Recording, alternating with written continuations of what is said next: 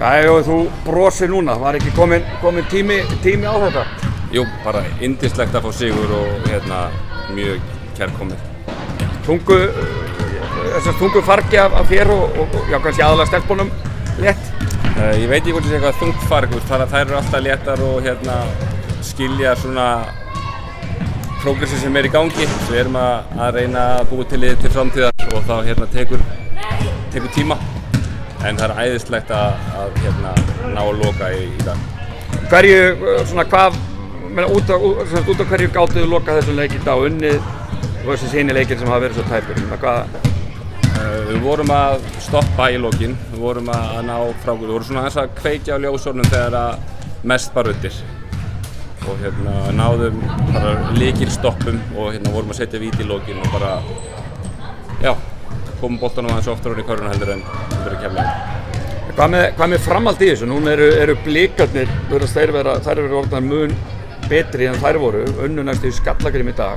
Þannig að þetta verður væntanlega svakaleg barátta um þetta bölvaða fallsæti. Já, Breiðablik bara flott lið og stóð í val líka.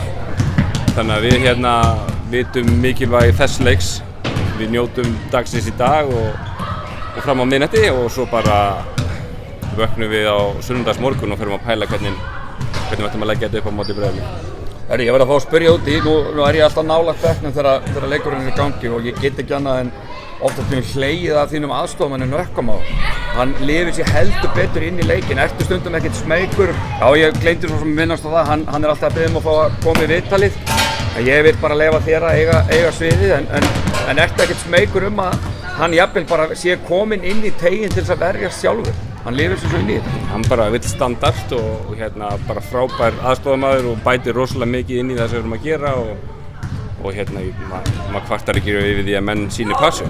Þá nú eitthvað að það ekki. Já, en þú ert þannig ekki smeykur að hann muni actually bara fara inn í teiginn og fara að verja skot. Hann er með á annar einhverja hæfingu þannig að bara það væri það besta sem við getum gert ef hann myndi fara inn í teiginn og setja nokkuð skrín og svona. Flott, takk.